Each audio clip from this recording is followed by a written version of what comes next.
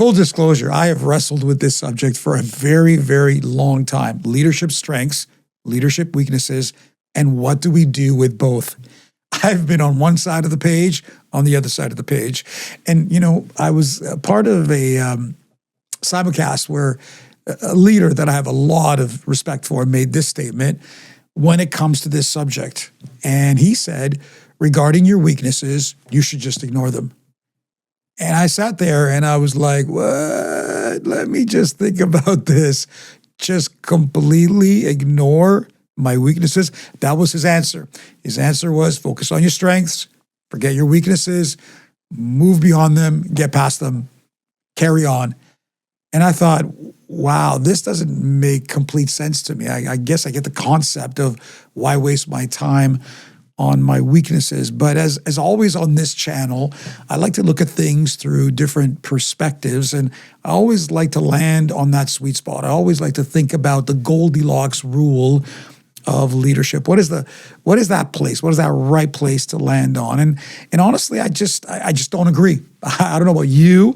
I just don't agree that we should just dismiss our weaknesses and never give them any attention whatsoever. Now, do I believe that our strengths are going to bring out our greatest impact and maximize our potential? 100%. Should we be developing those?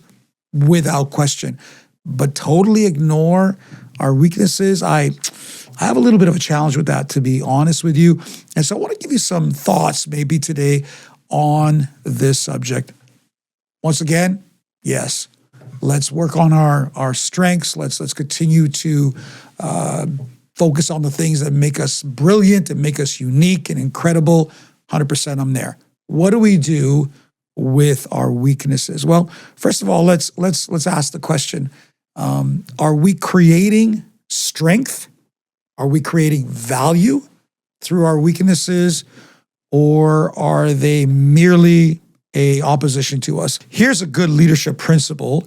Maximize your strengths, but neutralize your weaknesses. In other words, if you spend a lot of time trying to develop your weaknesses, you're probably going to become average.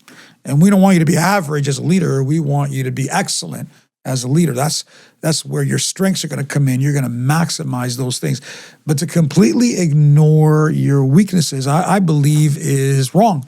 I believe you're going to actually pay a price for that, because it does require some attention. But why not neutralize them instead of ignore them altogether? Which brings me to my second point. There's a big difference between a weakness and a fatal flaw. If your weakness is just something you're not good at, I'm going to get to that in my third point, that's one thing. But if your weakness is going to cause you to explode, your organization to dissolve, or you're going to blow the whole thing up somehow, that's a problem. A fatal flaw in a weakness, whether it's character, a lack of knowledge, a lack of ability, whatever that may be, that needs to be addressed. And you need to know the difference. Can I make up for my weakness, or is this literally going to cause my destruction? Which then brings me to my third point. Build a team that completes you. Build a complete team. Rather than trying to complete yourself, which, by the way, you will not. You can't be good at everything. As amazing as you might be, I've watched CEOs and leaders in different organizations that are incredibly talented, incredibly creative. At the end of the day, no person has every leadership perspective and aspect or element that they require. Nobody on the face of the planet. Therefore, you're going to have to complement yourself. Yes, you're going to develop your strengths. Yes, we're going to determine if it's a fatal flaw or a weakness, but one of the best ways to do it is to complement yourself with the people that are around you. A complete team rather than a complete leader. So let's go back. I want to give you some thoughts to close this off. Number one, invest where you will create the most value. Number two, improve where you're creating the most risk. And then number three, collaborate everywhere else, which is your team. Absolutely. Develop your strengths. Be excellent. Don't completely ignore your weaknesses. Neutralize them. Determine if it's a fatal flaw, and then ultimately complete yourself with a complete team. Love to know your thoughts on this one. What do you think? Should we only focus on strengths? Should we totally ignore weakness?